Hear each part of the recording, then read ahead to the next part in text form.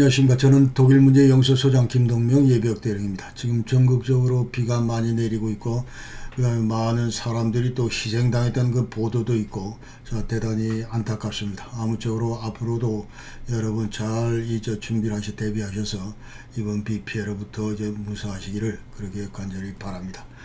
그리고 지금 현재 우리 선진국 대한민국이 이와 같은 그 자연재해에 결국 굴복해서 안 된다고 생각하고, 우리 행정당국도 각별히 좀 미리 우리 주민들 잘 계도하고 또 취약한 이런 부분들을 미리 잘 대피할 수 있도록 선도 계도해 주시기를 간절히 바랍니다. 오늘은 지난번에 이어서 이번 우크라이나 전쟁에서 예컨대 러시아가 이제 패배했을 경우에 지금 현재 러시아 연방의 이 붕괴, 해체, 이거는 이제 피할 수가 없다. 그런 주제로 지금 제 영상을 2차례 걸쳐서 보내드렸습니다. 그래서 첫 번째는 제 1부는 이제 소련 해체, 91년도에 소련이 어떻게 해체했는가 하는 거고, 그다음 제 2부에서는 그 바톤을 이어받은 예일진 그리고 푸틴, 이 두 명의 대통령들이 러시아 연방을 어떻게 관리를 해왔는가. 이 문제를 짚었고, 이제 오늘은 앞으로 이제 러시아 연방이 만약 붕괴된다면 구체적으로 어떤 이유에서 붕괴될 것인지, 또 만약 붕괴됐다면 어떤 형태로 이제 해체될 것인지, 붕괴될 것인지, 이런 것들을 이제 여러분이 집중적으로 말씀을 드리도록 하겠습니다.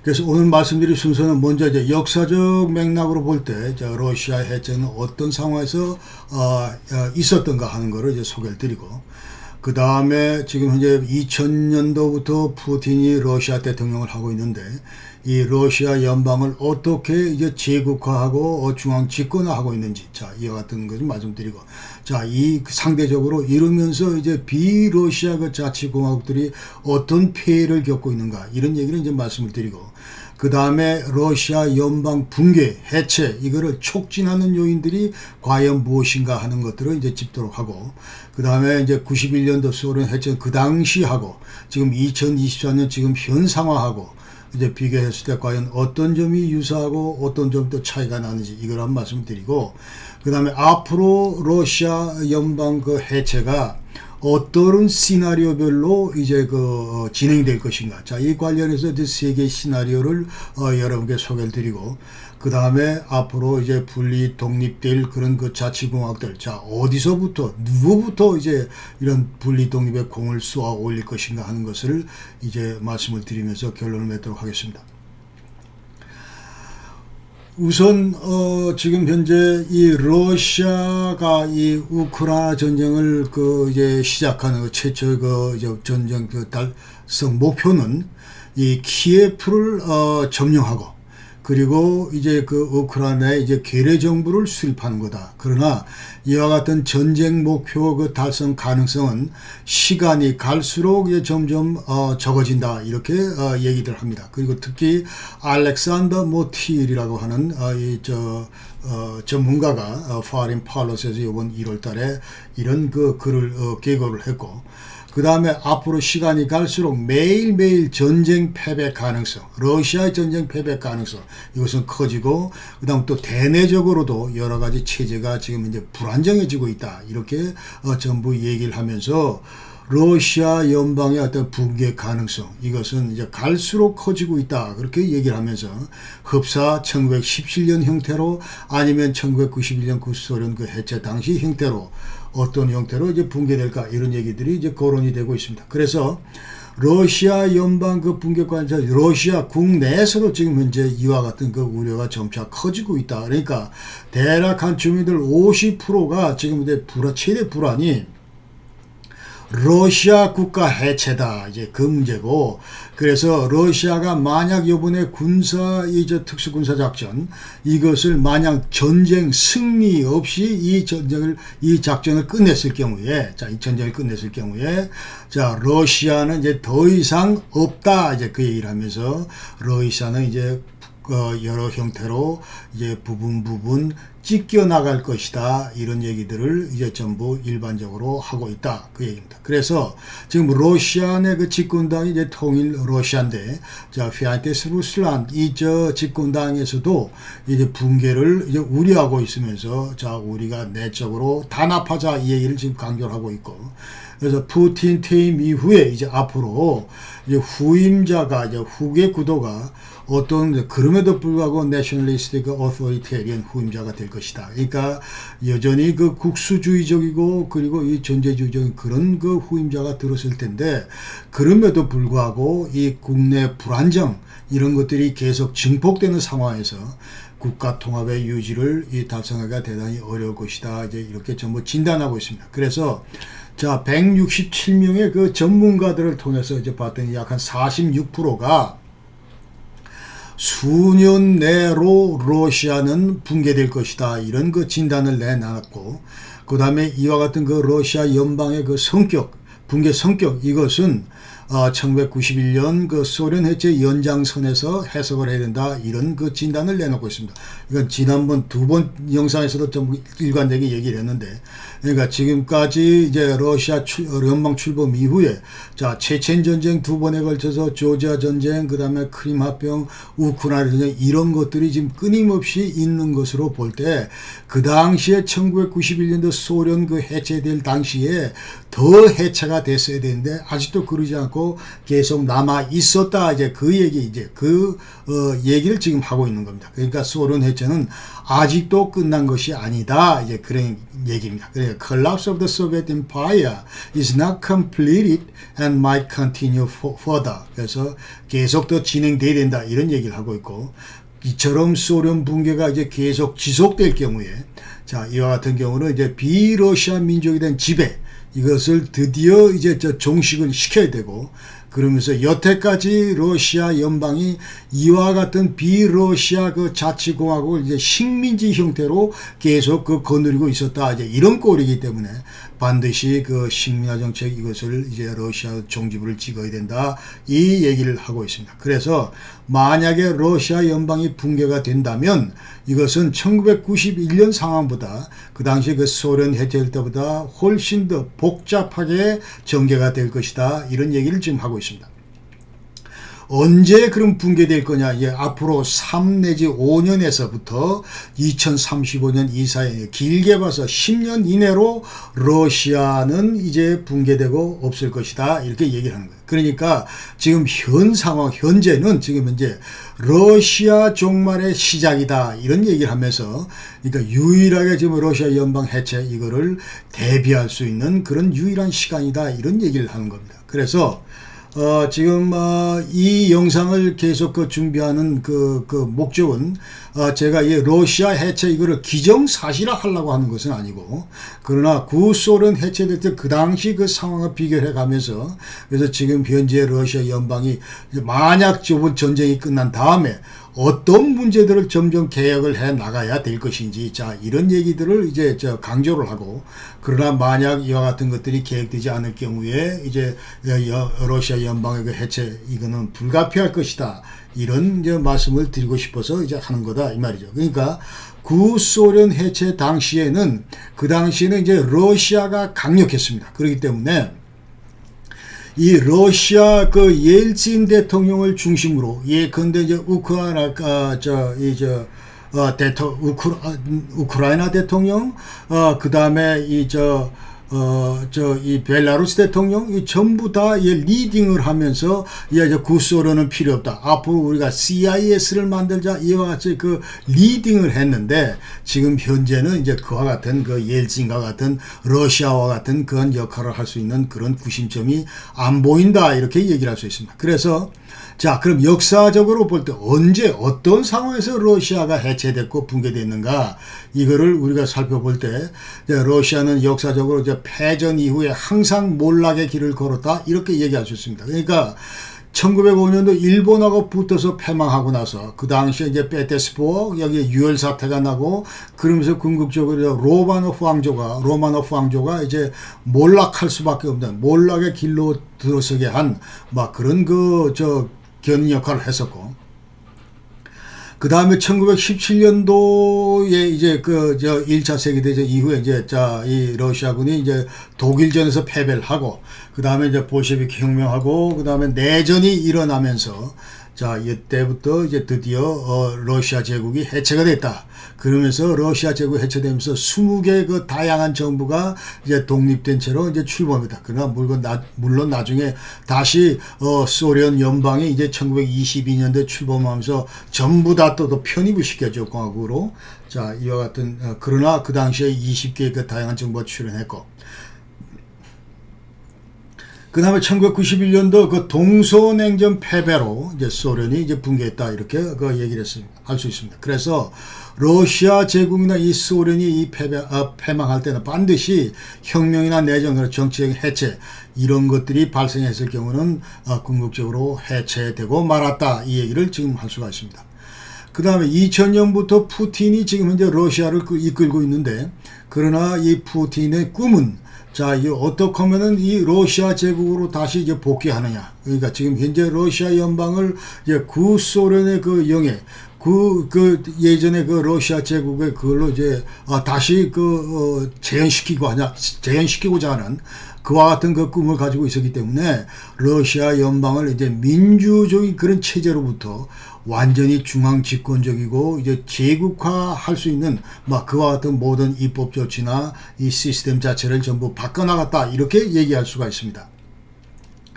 그래서 이와 같은 그 이제 제국하고 중앙 집권하는 이러한 조치에 따라서 이제 비러시아 그 지방공화국이 21개가 있는데 상대적으로 이제 전부 다 이제 그 퇴보하고 이런 그 자치공화국들이 전부 이제 몰락할 수밖에 없는 붕괴될 수밖에 없는 그러한 그 기반을 푸틴이 궁극적으로 깔아놓았다. 이렇게 얘기할 수가 있습니다. 그래서 2000년도에서 2006년 이 사이에는 이제 전 연방 지역의 그 법체계 이거를 이제 연방 입법 체계하고 이제 전부 맞춰가면서 표준화를 시켰고, 그 다음에 2000년도에는 이제 그 당시에 그 러시아 연방 7개 그 페더럴 디스트릭트로 전부 나눠놓고, 여기도 예컨대 지금 현재 무슨 북코카서스, 그 다음에 이 센트럴 러시아, 그 다음에 북서 러시아, 무슨 볼가, 우랄, 시베리아 이런 식으로 전부 이제 그 페더럴 디스트릭트를 7개로 나눠놓고, 여기에서 이제 전부 다 대통령 특명 대표를 파견을 하고, 그리고 그 전에는 이제 이 주지사를 전부 선거로 뽑았는데 2004년도에 기존 주지사 선거제 이걸 전부 폐지시켰습니다. 푸틴이. 그러면서 이제 자기가 임명을 하고, 그러면서 또 법적으로 이제 주지사 얘들 마음에 안 들면 언제든지 그 면직시킬 수 있는 그런 그 입법을 또 만들고, 그러면서 2017년부터 2018년 그 사이에 무려 39회에 걸쳐서 면직법을 그 사용을 했다. 적용을 했다. 이제 그 얘기입니다. 그래서 그 주지사 선거를 이제 재도입을 했는데, 그러나 선출되고 나서 그 다음에 이제 선출된 그 주지사 한 반 정도는 전부 2년을 넘기지 못하고 푸틴에 의해서 전부 교체되고 말았다. 그 얘기입니다. 그러니까 푸틴의 어떤 이런 일당 그 완전히 그 독재 이 통치 행위가 이제 완전히 이제 기승을 부리는 거죠. 그러면서 이와 같은 그 독재 체제 하에서 이제 모스크바 그 크렘플린 그 정치 엘리트들의 그 행태도 완전히 여기에 맞물려서 이제 같이 놀아놨다. 이렇게 얘기할 수 있습니다. 그래서 권력을 그 영구화하려고 그랬고, 그 다음에 국가 자산을 전부 사유화하려고 그랬고, 그리고 모든 권력을 이제 전제적으로 행사를 하면서 이제 범죄화하고, 그 다음에 또 덩달아 지방에 있는 엘리트들도 올리가르히들도 지역 차원에서 이제 경제적 이익을 찬탈해왔다. 이렇게 얘기를 하면서 이제 근본적으로 러시아 연방 자체를 완전히 병들게 만들었다. 이렇게 얘기할 수가 있어요. 그러니까 러시아하고 비러시아 그 민족 간의 문화적 불일치 이런 것들도 이제 완전히 국가 통합을 그 제하는 그런 요인으로 이제 작용을 했다. 그 얘기입니다. 그리고 2023년 지금 현재 러시아 연방 현 실태를 살펴보면 이거는 앞으로 이제 러시아 연방이 뭐 저 전쟁 패배 이후에 해체된다고 그러는데,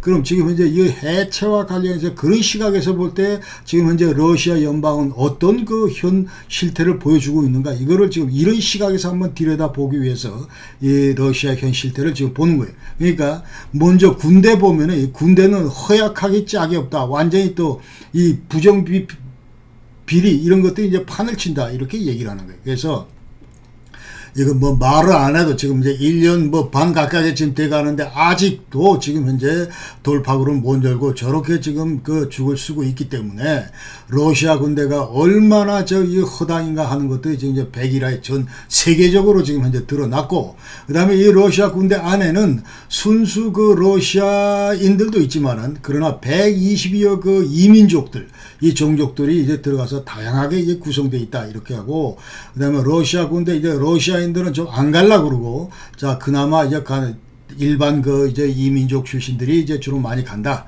그리고 지난번 이제 10월 말에 그 30만 그 부분 동원령을 내렸는데, 이때도 그 비러시아 계통의 이제 많은 그 종족들 주민들이 이제 전부 지원을 했다, 그 말이죠.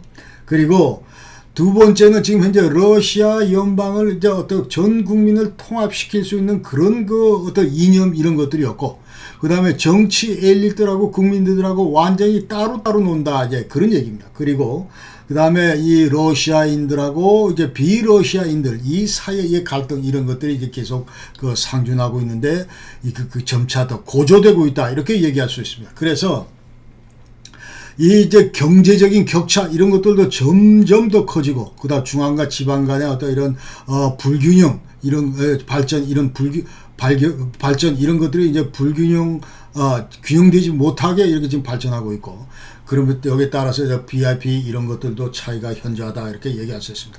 그래서 비러시아 공화국들은 이제 기술도 떨어지고 인프라도 지금 현재 러시아에 비해서 이제 떨어지고, 그 다음에 이 교통도 열악하고 자원은 또 완전히 지금 자원은 천연 자원이 있는데, 그러나 모든 그런 어떤 자원이나 이런 것들은 중앙정부에서 다 끌어간다, 이 말이죠. 자, 그러면서 이런 것들도 이제 전부 종속돼 있고, 그 다음에 이 다민족으로 구성이 되어 있는데, 자, 다민족 간의 그 시빅 솔리다리티 이런 것도 이제 유지하기가 어렵고, 그 다음에 국경 방어 이런 것들도 어렵다. 그리고 그런 반면에 이제 지방의 그 지도자들, 자, 이런 권한들은 이제 점차 강화하면서, 자, 인터넷도 발달이 되고, 지금은 이제 SNS 뭐 이런 걸 통해서, 자, 이 지방 고위 엘리트들이 이제 서방의 가치, 자, 자유민주주의 체제 서방 가치 이런 것들에 크게 이제 많이 영향을 받고 있다, 이렇게 얘기할 수 있습니다.